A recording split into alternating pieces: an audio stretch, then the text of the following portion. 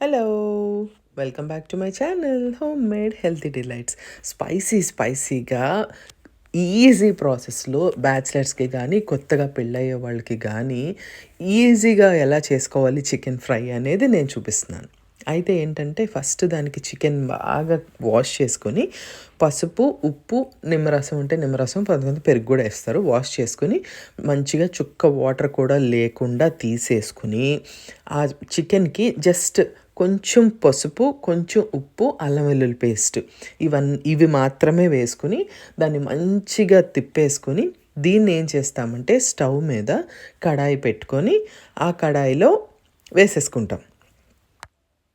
దీనికి ఆయిల్ కానీ ఏమీ వేయనవసరం లేదు.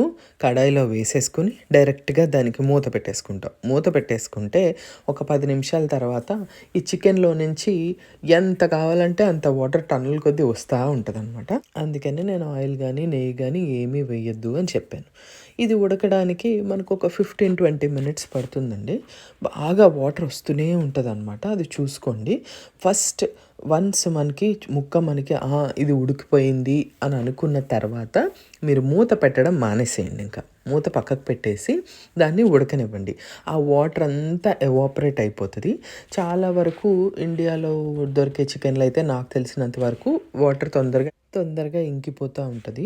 ఇక్కడైతే కొంచెం టైం పడుతుంది. సో నేనేం చేశానంటే కొంచెం వాటర్ మిగిలింది అన్నప్పుడు చికెన్ని నేను సపరేట్ చేసేసుకున్నాను. అప్పుడు మళ్ళీ అదే ప్యాన్లో కొంచెం ఆయిల్ వేసి ఆనియన్ స్లైసెస్ లాగైనా చేసుకోవచ్చు, చిన్న చిన్న పీసెస్ లాగైనా చేసుకోవచ్చు. మంచిగా ఆయిల్ వేసి ఈ ఆనియన్ని కంపల్సరీగా బ్రౌన్ కలర్ వచ్చేంత వరకు ఫ్రై చేయండి. ఇక్కడ చాలా టేస్ట్ ఉంటుంది.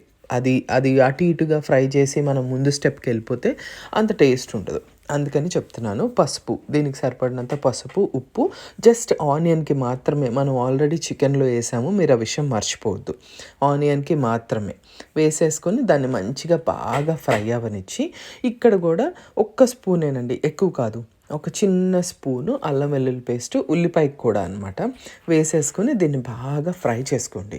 ఫ్రై చేసుకున్న తర్వాత ఇక్కడ వేసుకోవాలనుకున్న వాళ్ళు పచ్చిమిరపకాయలు, కరివేపాకు ఇలాంటివన్నీ ఉంటాయి కదా, ఇవన్నీ మంచిగా దాంట్లో వేసేసుకోవచ్చు. వేసేసుకుని దీన్ని మంచిగా ఫ్రై చేసుకోండి. ఇప్పుడు దాని తర్వాత మనం ముందు సపరేట్ చేసి పెట్టుకున్నాం కదండి చికెన్, ఆ చికెన్ని తీసుకొచ్చి ఈ ఉల్లిపాయతో పాటు కలిపేసేయండి. కలిపేసి ఈక్వల్గా చక్కగా ఆ ఉల్లిపాయని చికెన్ని మంచిగా కలపండి. కలిపిన తర్వాత ఒక స్పూను మీకు టేస్ట్కి తగ్గట్టు, మనం ఇప్పటి వరకు కారం వేయలేదు, టేస్ట్కి తగ్గట్టు కారం వేసుకోండి. కొంచెం పెప్పర్ పౌడరు టేస్ట్ చాలా బాగుంటుంది. Like teaspoon, full spoon వేసాను నేను. వేసుకున్న తర్వాత గరం మసాలా కొంచెం స్ప్రింకిల్ చేసుకోండి. స్ప్రింకిల్ చేసుకొని కొత్తిమీర ఇంకా ఇలాంటివి ఏమైనా ఉంటాయి కదా, ఉంటే గనక వాటిని కూడా వేసేసుకోండి. ఇప్పుడు మన కర్రీ 80-90% అయిపోయింది.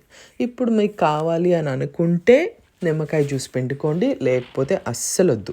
అన్నీ వేసేసుకున్నాం కదా, వేసేసుకున్న తర్వాత మనం వేసుకున్న మసాలాలన్నీ ఆ ముక్కలకి బాగా కోట్ అయ్యేలాగా ఒక 5-10 మినిట్స్ మంచిగా దాన్ని టాస్ చేసుకోండి. ఇంకెక్కడ మూత పెట్టాల్సిన అవసరం లేదు, ఏమీ లేదు. మన కూర 100% రెడీ అయిపోయింది అనమాట. ఇప్పుడు సర్వింగ్ బౌల్లోకి తీసేసుకోవడమే.